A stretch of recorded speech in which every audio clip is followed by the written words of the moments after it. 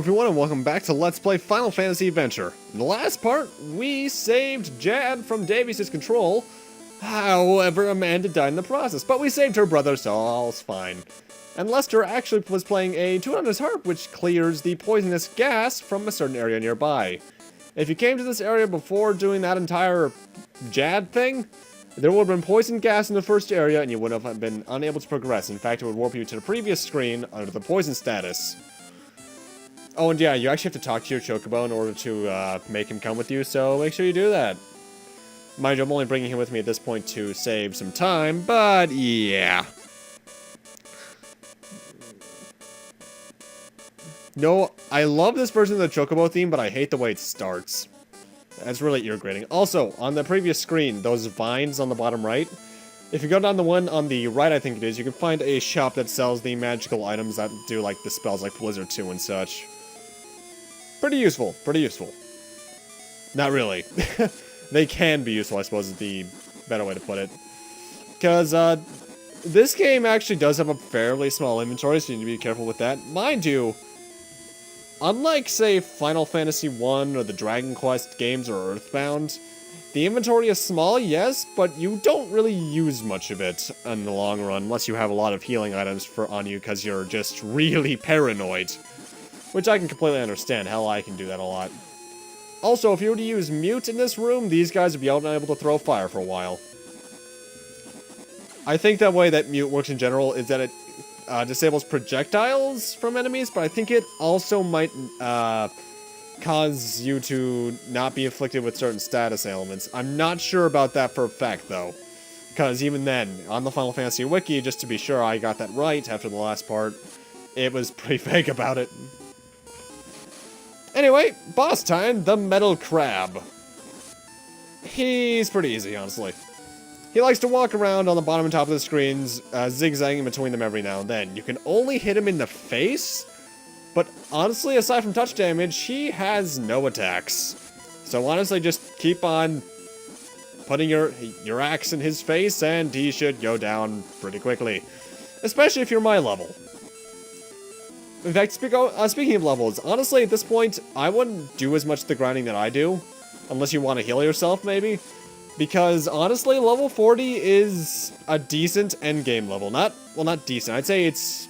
I may have mentioned this before, but it's a pretty good level if you're a professional at the game and you're confident in your abilities to beat the game at that level. Newcomers, I'd recommend ending the game around level 50. And considering the fact we're just over halfway through, we got some levels to catch up on. Or, not catch up on, go through. And then the rest of this cave is pretty much just a linear path out. Ghosts, by the way, can cause dark, so watch out about that. Hey, the Mudmen! We haven't seen them in forever, and we still can't kill them unless we use the Holy Sword, Mithril Sword, Silver Sword, whatever you call it. And welcome to this area. I think this is actually Mount Rocks. These little barricades here, these little spine things, which remind me a lot of Conker's Bad Fur Day in the Saving Private Ryan section, actually, are completely unbreakable. You cannot break them at all throughout the game, as far as I can recall. There might be a glitch to do it, or I might be forgetting about a certain item, but I can't tell at this exact moment.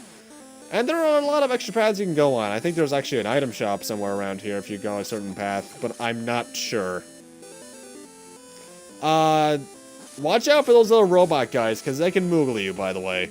And Moogling sucks, because, as I said earlier, your magic and defense not only drop to 0, but you can't use your A and B buttons. And since you can't use the Moogle potions while doing so, you're screwed. At least I don't think you can use Moogle potions. I never tried, honestly. I wouldn't be surprised if that was a glitch. I think the Final Fantasy Wiki even said it was.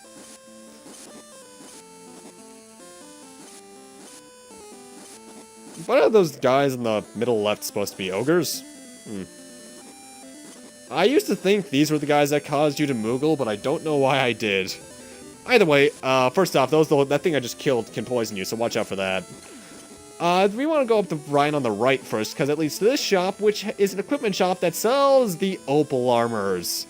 Which I recommend buying one of everything, equipping it, and selling your gold stuff, because it is more powerful and protects you against more stuff.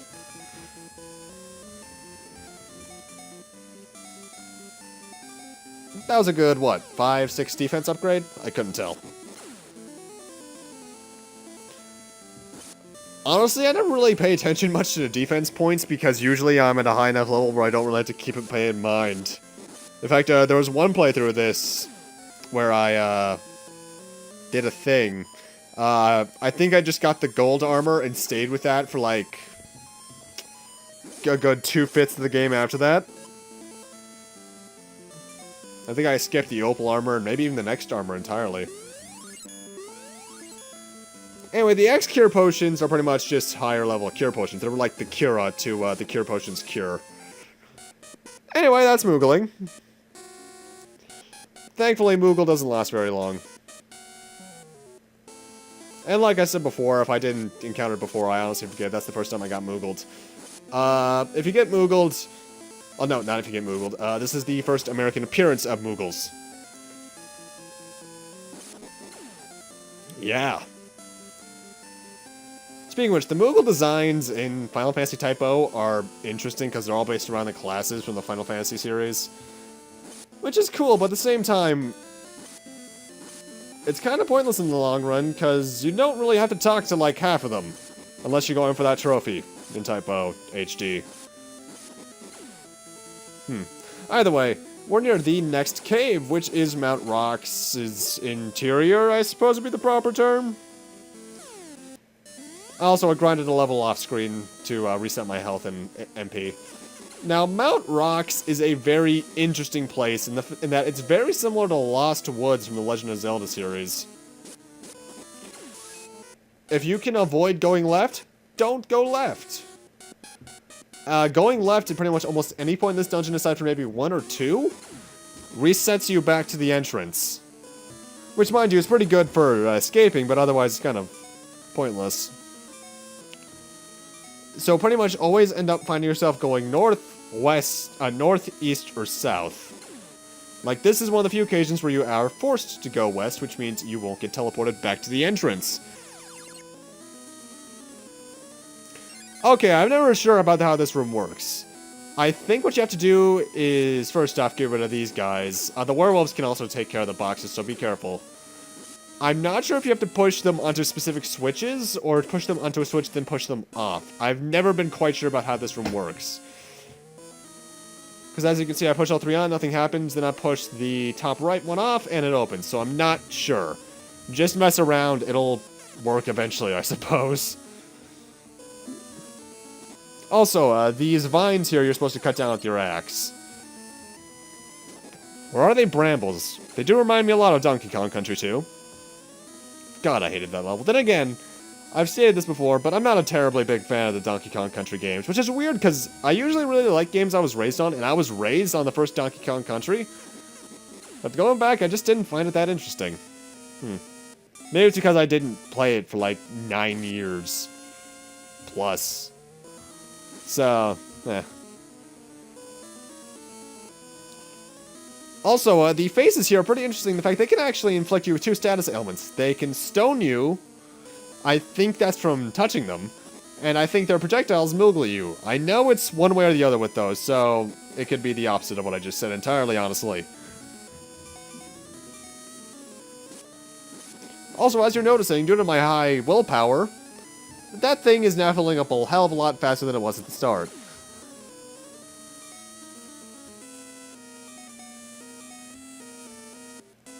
Anyway, we're gonna come up here for a bit, because there's technically 2 bosses in this area. This one, which is the Cyclops, and another one which we can't beat until after we beat the Cyclops. Cyclops just likes to move around on the right side of the screen, occasionally moving forward to try and hit you with his Morning Star. Honestly, it's not too hard. Just spam your attack, he should go down very easily. Obviously stay out of the way of his Morning Star mace thing, but honestly, especially if you use charge attacks, this guy goes down no problem. Also, weird oddity about this guy. Keep an eye on his sprite when he dies. His sprite glitches out really weirdly.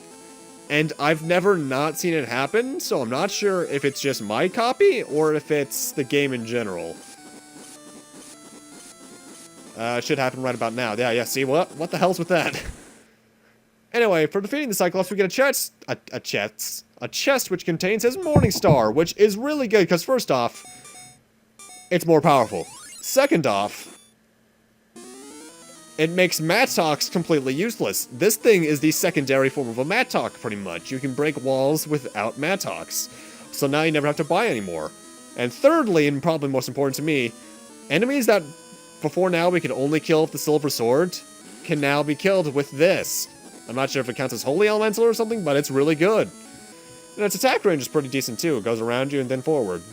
It's pretty much the Chain Whip, but with slightly less range, really. Okay, so that makes it for effect. Those faces fireballs paralyze, stone you, but touching them moogles you. Anyway, the next boss is the Golem, who's even easier than the Cyclops. His basic strategy is that he'll move around on the top of the screen and occasionally charge down at you, sometimes multiple times in a row. Basic strategy for beating him is that if you have as much HP and defense as I am, tank the damage from touching him and just swing rapidly into his face. He will die within a short period. Also, you know what's pretty sad? I know for a fact that if this game ever got a third remake that was in full 3D, both this guy and the Cyclops would have shockwave moves, because for some reason big guys always have shockwave moves. Anyway, for beating him, we get the magic of lightning, so we have pretty much bolt, thunder, Thundaga, whatever. Well, not Thundaga, but you know what I mean.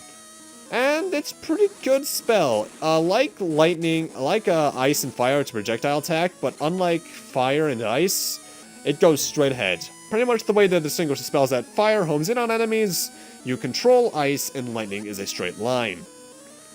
Pretty decent spread, too, but and if I recall, it does decent damage, so that's pretty cool. Huh? Oh, great. I can't go back anymore. Oh well. Hey, I remember this place from the beginning of the game. We're back at Castle Glaive. God, I haven't been here in like 5 parts. That's not that long, too. What's here to the right? Nothing! So let's enter Castle Glaive. And I'd recommend saving here, because Castle Glaive can be pretty tricky. But honestly, I would have suggested saving before the bridge fell. Probably should have timed that better. Oh well. You're gonna need the Were Axe here, because in the outside area, there's a lot of trees you have to cut down to get to the actual destination, because the door is locked in the front, and there's nothing on the right side of the castle. So we need to get to the left, obviously. Hey, old enemies! Either way, with that, I'm gonna need to end this off here. Thank you guys for watching, and in part 7 we'll be storming Castle Glaive to save Ellie, and get the pendant back.